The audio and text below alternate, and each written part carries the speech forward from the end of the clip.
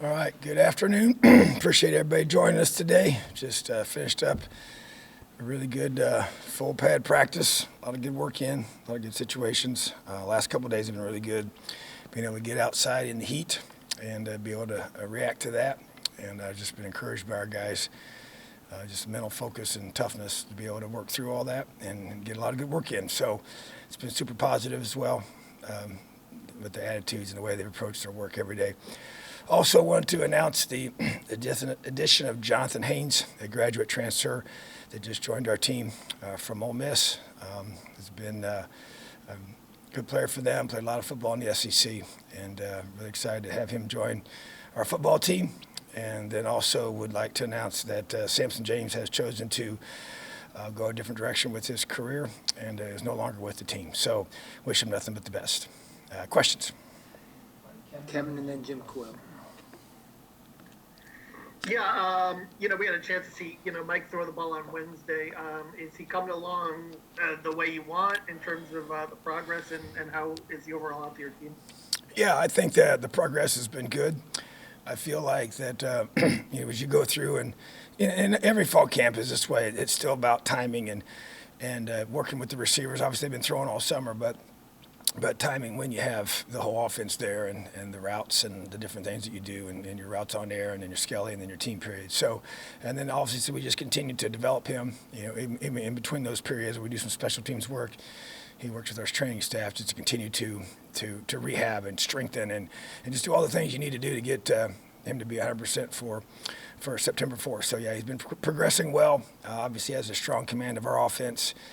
Really seen him, I think more than anything that stuck out to me is just his leadership growth and being able to, command everything and correct and challenge and call guys out in a positive way and when they need that. And so encouragement. So I think he's definitely in a good place. Jim and then Greg Doyle. Coach, you mentioned the addition of Jonathan Haynes, Ole Miss, and Samson leaving. Late adds and leaves with the season is kind of unusual. How did the Jonathan Haynes come about coming in like that, and then anything more on Samson with him leaving? Yeah, I think in regards to Jonathan, with the late addition, in that the set of circumstances, they have to be graduate transfers. They have to graduate from their institution, where they're coming from. And so he made that decision and put himself in the portal. And once he did that, we reached out to him because we had guys that have coached him on this staff, guys that know him very well, one of his former teammates. And so once again, we've added a young man that our staff already knows through previous, relationships with him when Coach Jones was there coaching on that staff years ago. And so, but just bottom line is that, he made that decision. And once he put himself in the portal, then we had additional spot available and chose to use it for him. And then in regards to Samson, he just made a decision, for his future and what he wanted to do.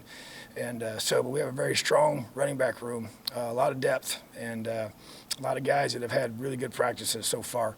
And I'm very excited about those guys. And so, he's made his decision and wish him well. Greg, then Matt Weaver.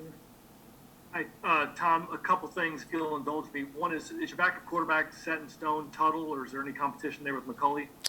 Yeah, it's definitely Jack Tuttle. But I tell you, Donovan has really done a good job. I think that, as these installs grow, I think it can become overwhelming, for a young guy like that. I thought he's had the last couple practices, yesterday and the day before, I thought were his best two, in just regards to putting everything together. But we'll be able to see we'll have a full scrimmage on Saturday, and that to me is going to say quite a bit. We did some live goes today that we haven't had. Obviously, quarterbacks are not going to be live and have not been and will not be, but you can still see his athleticism and movements there. So, but yeah, Jack's the number 2 and Donovan's the number 3. But yeah, Donovan's definitely impressed. Your voice is scratchier than normal. You've been sick or you've been yelling? What is going on with that? Yeah, I'm definitely not sick, and this is usually much the norm for me in fall camp. So this is pretty much how I sound. A little bit more, if you don't mind. The transfer portal. Do guys? I don't know how it works. Can they reach out to once they enter the portal? Can they legally, reach out to schools and say, "Hey, please consider me"? And if that's the case, how many players roughly showed interest in trying to transfer to IU this offseason? I mean, yeah, I guess once you put in the portal, it would be, an opportunity either direction to reach out legally can happen. And usually it's the schools reaching out to the young man. I guess maybe if he had somebody that he knew on the staff, he might do that, I guess. But yeah, I will say that we had a lot of interest. A lot of guys reached out to us, and people that had guys, that either they're high school coaches or somebody that had a connection with them, and they saw what we're doing here and the environment that we've created here, the culture we've created here, and yes, there was a lot of guys that wanted to be part of it. All right, thank you. All right, Matt and Dustin. Hey, Coach, how you doing? I'm good, buddy. How are you? I'm okay. Excuse me. I had a question about name, image, likeness. I've seen some other schools that have offered athletes group licensing. Is this something that Indiana's working with for your athletes and the other athletes there at IU?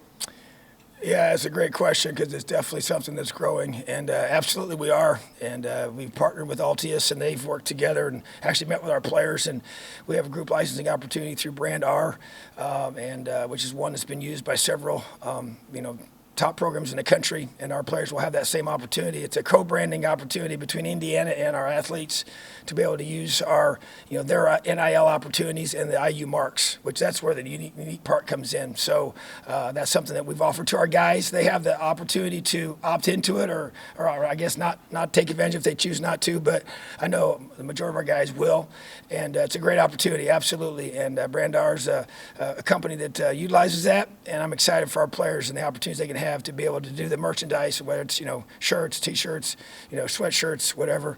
I'm sure it'll grow to jerseys once they get all that squared away. So, but yeah, that's definitely something that we are excited about, and our players are too. All right, Dustin and Evan. Hey Tom, wanted to just find out a little bit more about Jonathan Haynes and how he fits basically in that secondary and I guess that safety room. I guess just where do you see him fitting? What do you think he brings to that secondary? How fast do you think you can get him sort of up to speed? Just what do you think he does for the dynamic of that group right now? Yeah, it brings a lot of athleticism. He's over 200 pounds, about 205, close to 6 foot, and we played against him in the bowl game, so we got a chance to study him in that regard. As a team, you're just going through and studying your opponents, and he was their starting safety in that game in the last couple of years there. But not exactly sure yet. We're a 3-safety defense, so a lot of opportunities there. But I know it gives us a lot of depth. Special teams is another area that I see him really flourishing in. He's an extremely physical player and really good speed. So like his length and athleticism, and I just think that we'll have to figure out where the best need is there to be able to give us the best opportunity for him and for us to maximize his skill set. So we'll be evaluating that. Today was his first practice with us, and was already out there making plays, and had only been out there for one day. He's obviously got to go through the acclimatization process. So he was just in helmets and spiders today, so didn't do all the periods, but did do some. He showed out in terms of made plays. All right, Evan and then Keem. Hey, Tom. A lot of guys who you recruited who came to IU as you took over the job are kind of, being starters or becoming role players. As IU is rising as a program, guys like Miles Marshall, what does it mean to have the vision that you sold them come true? Yeah, I think it's really special, and I think it's a special bond that we have because, I sat in their home and recruited them, and our coaching staffs visited them multiple times and invested in their families and like I said, sold the vision of what we believed we could build here. And to see them come here, buy into that before the turnaround happened, before the breakthrough happened, is really special. And now to see them here in leadership roles, I just look at our whole defense, or just our whole team right now. I mean, just full of guys that believed, and came here, and a lot of really high quality young men. Some guys have exceeded maybe what people thought they could do on the field, but at the same time, we obviously thought we saw something in them that we thought was special, and we thought they fit with us, and we thought that they had the qualities we were looking for to be developed into high high caliber student athletes at Indiana. And that's what they're doing. These guys are breaking records in the classroom, getting a number of guys in our GPA and guys graduating and academic all Big Ten, but also strong leaders and then obviously strong, in their athletic abilities on the football field and the things we're doing there. So it's just neat to see those guys come here and believe, buy in, help us build, and then now be rewarded in this opportunity. So yeah, it's pretty cool. Hakeem, then Zach. Coach, you mentioned Michael's throwing a bit, but how has the chemistry between your quarterback and the receivers been progressing? I mean, I know separation is important, but is that trust there to throw that contested ball and get that contested catch? Is that there, and have your receivers been showing that ability to kind of make plays in traffic? Yeah, that was something I would have said was probably the highlight of yesterday's practice, the number of contested catches that our receivers came up with. That obviously goes both ways. You frustrate it, on the defensive side of the ball that you're not coming up with those breakups, but a lot of really impressive plays by our perimeter guys and even our slots, and we got big, tight ends. I love our tight end room. And so that's across the board. And our running backs, those three guys that all have really good ball skills. I thought Tim Baldwin made a great catch yesterday, and the other, David and Steven are naturally really good, ball catchers out of the backfield. So I just think that timing for that whole group, it's all those guys. A lot of even those throws to the backs takes a lot of timing. They're not near as easy as they look, based on the angles and the movements that they come with those throws, and the tight ends the same thing, and so the receivers definitely. But it is timing. That's why I was talking about earlier about Michael's. This is so critical for him, and the rec, and even just staying after practice, and like I see him doing every day to get better. With those guys, and his timing with DJ, since DJ's not been here as long. Obviously his timing with guys that have been here is much better, just because they've had so many more reps together. But just all the back shoulder throws that we throw and the timing routes that we throw, and they're based so much on those key variables of timing and spacing within the scheme that you're reading, that the defense is giving you. So I just think every day just get better and better, and that's how I expect us to do that. We haven't had our first scrimmage yet. Today was our first day going full pads and doing some live goes. So it's a process we're going through, like you always do each year, and I feel good about where Michael's at, and he's just such a mature guy right now, so it's exciting. Zach, then Dustin. Hey, Coach. So I know Dalen last week talked about how he implemented a new practice schedule after spending 3 years with the Chiefs. So how do you think that that has helped the guys individually so far, and then as far as the team overall? And then as far as having Dalen back, how do you feel about that? I mean, I know he was in the program a while ago, so can you just speak on that? Yeah, to first part of your question, when we he and I sat down together, and I knew, obviously where he had come from, and so we talked about their fall camp schedule that they used, and I'm always very intrigued by that. It's when you hire somebody, that's a big perk of hiring guys that have been at different levels. And same thing with Aaron Wellman. I mean, we've changed our entire flow of off days and how many reps we go, how many periods per practice, based on a study that Aaron Wellman was a part of with the New York Giants, as he was on that committee that studied that in the NFL to prevent injuries during fall camp and to maximize your players' physical, abilities throughout this time period, so they can be at their best and really do a great job of preventing them to be missing practice, And so we definitely used, and I followed Coach Wellman's advice for that. And I followed Coach, Dylan McCullough's advice on the schedule, and we basically have adopted a very similar schedule that the Chiefs used during their fall camp, and I think it's been very effective. And just like I said, we're always trying to find ways to get better. And when you hire guys that it's one thing to know about it, or talk to somebody about it over the phone or go meet with them and, hey, they explain it to you. Well, we got somebody in both positions, Wellman and McCullough, that physically were there and were part of that. And so they can kind of work you through all the intricacies of those plans. And so, and I mentioned this before talking about Dylan, the strengths that he has aren't just in coaching the players and recruiting players. It's also in helping us with things like this, because of his experience being with such a, high level, organization like the Chiefs. So yeah, I think it's been good. And definitely different from what we've done in the past. But it's all about what's best for your players. How do they best learn? How can we best teach them? And how can we best allow them to retain what they do learn? Because it's not what we know, it's what our players know and what they can do on game day. All right, Dustin, and then we'll wrap up with Nathan. Tom, wanted to go back to talk about the wide receiver core and just drill down more on these sort of the depth guys, what you're getting behind, Ty and DJ and Miles at this point. What's impressed you about the guys like Javon, Jacoby, who's sort of standing out beyond that kind of obvious first, second, three guys? Well, Javon and Jacoby both made some really good catches yesterday that stuck out to me, contested catches. Jordan Williams made some good plays. He's Malachi. Hope Bennett's another young guy, Jaquez as well. There's all three freshmen have had moments where I'm like, hey, it's that looks the way it's supposed to look, and you're impressed by what they're able to do, and just really feel like that whole room. I mean, there's a lot of guys in that room.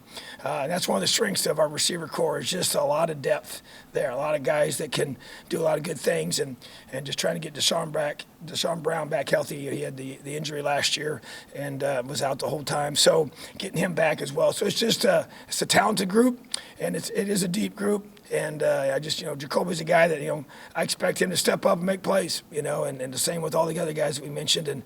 But it's how well they prepare each day, and that they can consistently put those practices together. And the scrimmages are going to tell us a lot. We're going to go live in those scrimmages predominantly. We have 2 scrimmages, this Saturday and next Saturday. And we call them preseason game number 1 and preseason game number 2, and the schedule that we follow. And really anxious to see that group. And we know what Ty can do. I feel really good about that. We know what Miles can do. Although I tell you, Miles, I feel like has elevated his game and his focus and attention to detail that was obvious in the summertime. And DJ continues to learn everything and get more comfortable in our system. So those guys obviously have to continue to stay sharp and get better. But the guys behind them will get their opportunities, and we'll know more about that. And I can probably comment more specifically about that after this weekend. All right, Niffin, and then we'll go to Greg Doyle for the last one. Hey, Coach, with Sampson's decision to go in a different direction, how do you and Coach McCullough evaluate the current running back room, whether it's Tim Baldwin or Stephen Carr? Do you envision having a full-scale starter, or do you envision both guys sharing the load in a committee situation? Well, David Ellis, there's those 3 guys right now would be the top 3, but there's several other guys in that room that have talent, and they're working hard every day as well. But, we'll obviously, we're going to play a lot of guys, and that's the whole thing with the whole process really hasn't played itself out. Like I said, today being our first day in full pads, we had never even tackled yet, before Sampson's decision. And then a scrimmage on Saturday, another great opportunity to evaluate, but definitely a lot of talent. And they're all those 3 guys are all a little different, and all bring a little bit different variable to the offense, but just very excited about the room, and I know definitely wasn't something that we expected, but at the same time it is a room with a lot of depth and a lot of guys in there that are very hungry to get their opportunity. So all the other guys in that room as well, we're going to see how they do on Saturday. I'm going to see, just to be running backs, you really need to be live to be able to tell, who can make guys miss, who can make the plays, who can pick up the blitzes, who can make the plays in space, whether it's catching the ball or running the ball in space. So that's, the evaluation process is ongoing, and we're going to pay the best players, whoever they are, whether they're, on scholarship or not. So it's the best players are going to play, and I'm excited to see that room and see how they respond this weekend. All right, Greg, last one. One small one and then one bigger, real one. The small one, which is real. How's Thomas? He's recovered and all the hit, whatever. How's Thomas doing? It's been encouraging. He has taken no days off. I thought he might need to. We told him that if he needed to, just to communicate that to us.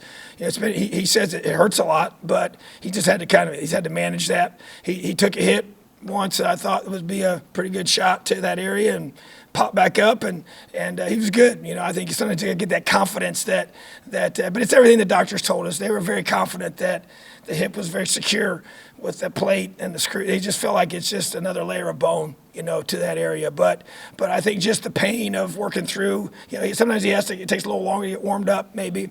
But yeah, if you didn't know that he had that surgery, you wouldn't think there's anything different, So I've been really surprised in some ways about that and encouraged as well. But he's worked so hard to get back, and he's brought so much to our team and to our leadership. So we're excited for him.